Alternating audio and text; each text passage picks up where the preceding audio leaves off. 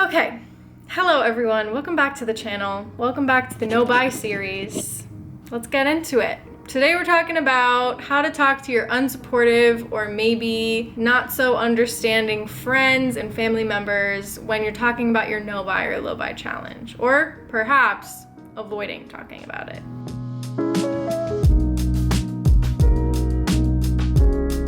You may have come across a bit of hesitation or confusion or hesitance from your friends and family if you've been maybe trying to explain to them that you're doing this challenge, if it's come up in conversation, or you're just kind of updating them on how your life is going. And I'm really sorry for the delay because I know that a lot of you guys have been asking for this video for a while, but I finally got the time and mental energy to sit down and film it. If I've said it once, I've said it 100 times. What is your why? You have to really get clear on why you're doing the challenge. Because I'm betting that pretty much all of us are doing it in order to make our lives better in some way or another. Saving up for a financial goal, or we are trying to set ourselves up for a more secure financial future by curing our shopping addiction or taking down our credit card debt or whatever. When you're really clear on why you're doing something, it's harder for people to create cracks in your reasoning. For example, as you all know, I'm doing this challenge to continue to be a minimalist and not add to the amount of things that I have in my home in general. I'm trying to get rid of all my credit card debt, save up for my future homestead, spend more money on experiences versus buying useless things that I don't need. These are things that I care very deeply about, and no matter what anyone is going to say to me, they're not going to convince me out of doing it. For me, my why is rock solid. You have to make sure that yours is as well, so that when people come at you with questions, fears, feelings, judgment, whatever, you can just be like, hey, I'm doing it for this reason, and there's literally nothing you can say to change my mind. So thanks for talking, but in a nice way. And I'm going to help you with some of those responses in a second. Another piece of advice that I have is honestly to just kind of keep it to yourself as much as possible, especially to like just casual friends or acquaintances. I don't bring it up if it's not fully necessary to talk about. In general, in today's society, it's very hard for people to fathom reducing the amount of things that they're purchasing or spending because obviously we live in a very consumer-driven society, and it's tough to hang out with people where the only common thing to do is go out and spend money, shop or get dinner, drinks, whatever. It's very much normalized in our society that like when you hang out with someone, you're doing something and spending money. So again, my advice is unfortunately to just kind of avoid telling people as much as possible until a situation is kind of directly unavoidable. Unless it's like a very close family member or friend that you like want to give them updates about your life, and then hopefully they should understand. But if they don't, again, I still have some advice, some tips in a moment for you. For example, I am going to a K-pop concert in June, which is probably the only concert that I'm going to be going to all year because each month I'm allowing myself like one fun experience. For June, it's a concert. I'm going with like a casual friend / acquaintance, and they asked me, oh, are you going to buy a light stick? It's for the group TXT. In K-pop, it's to my understanding that a lot of groups have light sticks, and it's kind of just like a thing that fans buy and do for the concerts. I don't know how many times I'm gonna see TXT live. I don't know how many times I'm gonna go see K-pop group live. They asked me, oh, are you gonna buy a light stick? And I just said, I'm probably not going to, just so I can keep costs down.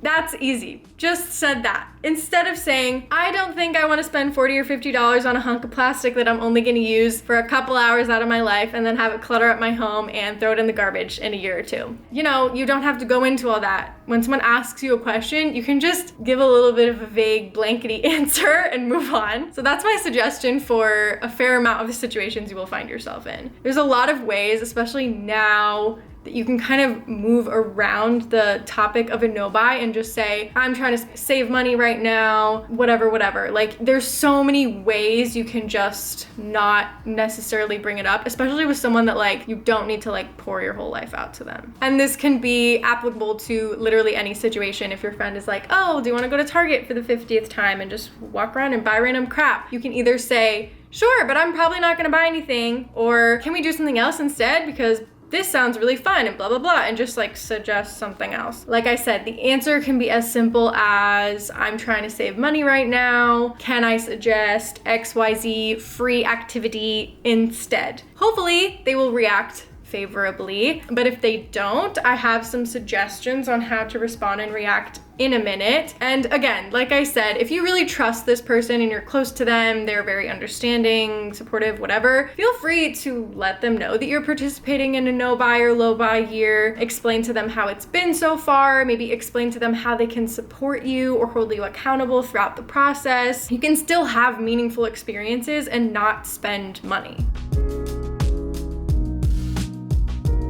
So, like I said, I was gonna get into some of the common responses and things that you can do to redirect the situations.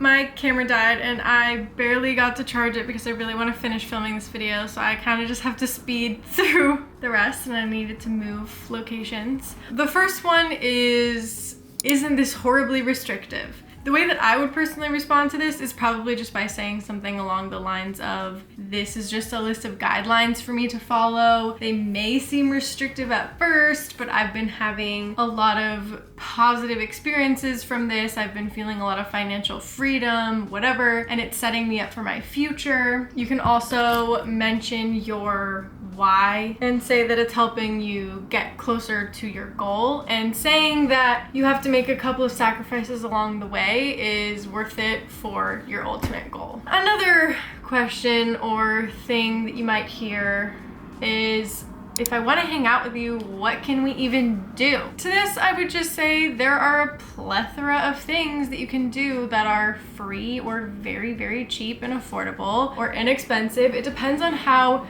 restrictive your challenge is. If you can like go out once a month or if you're not allowed to go out at all, it kind of just depends.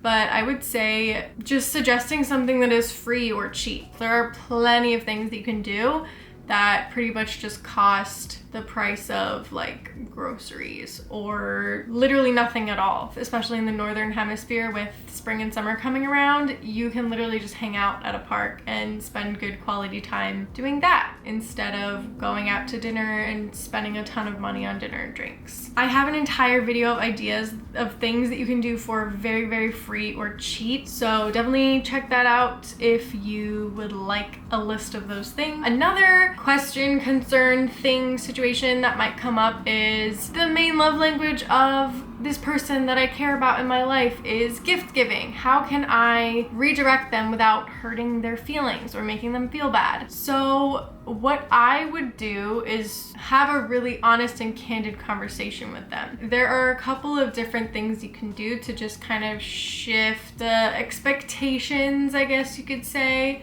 of all the parties involved. Gift giving as a love language generally comes from a place of obviously wanting to show your love, show that you're thinking of someone. By shifting the idea of what a gift is, you can still achieve this goal. So if this person really wants to give you a gift and you're a minimalist, you're trying not to get more things, or you just feel bad receiving gifts because you're not able to spend money and give them right now as well, there could be many reasons. You can just have a really honest conversation with them and say, hey, I'm not financially in a place to spend money on gifts or experiences right now. Can I suggest XYZ instead, which is either a free gift or experience or whatever. You can still find other ways to show your love to the person, and it can still be in forms of gifts, but again, you kind of just have to shift your view of what the word gift is.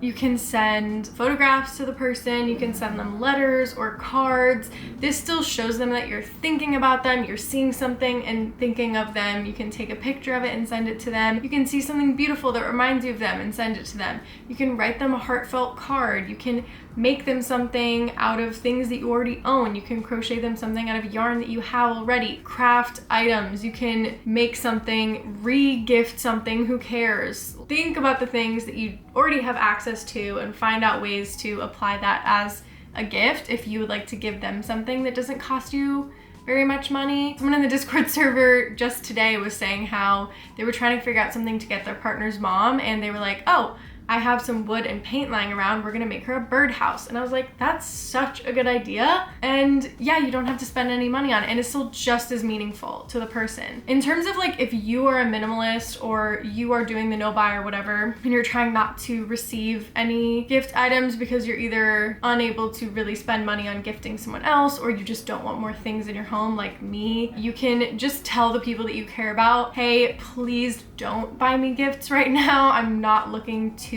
get more things at the moment. There are a few very specific things that I might need or want, and if I have any of those things, I will let you know. I totally understand where you're coming from with this concern, because for me, my boyfriend's mom, her main love language is like giving and receiving gifts, and literally just in the way of like, she loves it when I send her a picture of being like, oh, I saw this flower and I thought of you. Like, that for her is just as meaningful as a gift as if I went to her house and gave her a flower, like in real life. So those little reframing things have been really good for us. And also for her, she felt really guilty because for Christmas, I literally only asked for one thing. I just wanted a crock pot and that's it. And she kept saying, oh, I feel so guilty that I only got you one thing. I feel like I'm so sad that I only got you one thing. I feel like it was nothing. It was nothing. And I was like, it was one of the best gifts I got all year because I really wanted it. I use it multiple times a week usually, because I cook Flip's food in the crock pot, and it is such a useful gift. I'm like, this has been an incredible gift, could not have asked for anything better.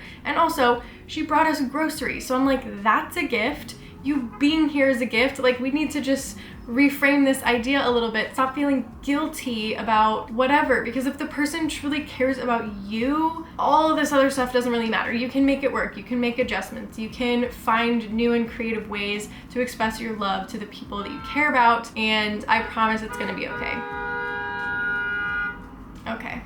The last instance that I'm going to talk about, where obviously there are a million more things, but like I said, if you're just a little bit creative and you just share a little bit of your honest reasons why you're doing the challenge, chances are you will be able to figure out any situation. But again, this is the last specific one that I'm gonna go into in this video. One person asked, how can I get my friends to be more supportive of my no buy or low buy boundaries? Because sometimes I get roped into shopping trips and I say that I don't wanna buy things and like, okay, just take my wallet, it's fine. But if I say something like, oh, I really want that or whatever offhandedly, eventually I'm encouraged into buying it. So it's like people aren't really respecting your boundaries in terms of your no buy or low buy challenge, even if they're aware of it.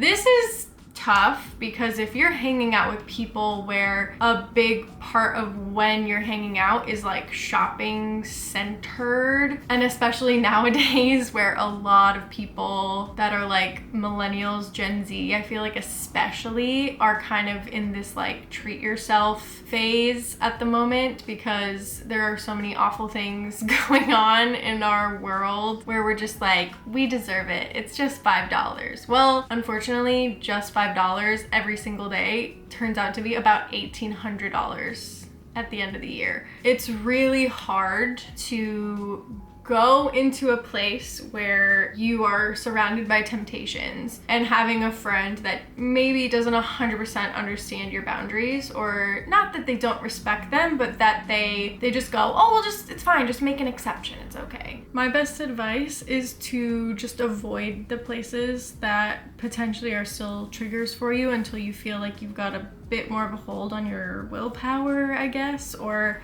your urges. You know, not to compare alcoholism to shopaholicism, but you wouldn't take someone that's just recovering from being an alcoholic to a bar. Just like you probably would not take a shopaholic or a recovering shopaholic to a store like Target or wherever. So I would just say really take care of yourself, and maybe if for a while you have to put up the boundary of not going those places with that person or in general, then maybe just do that.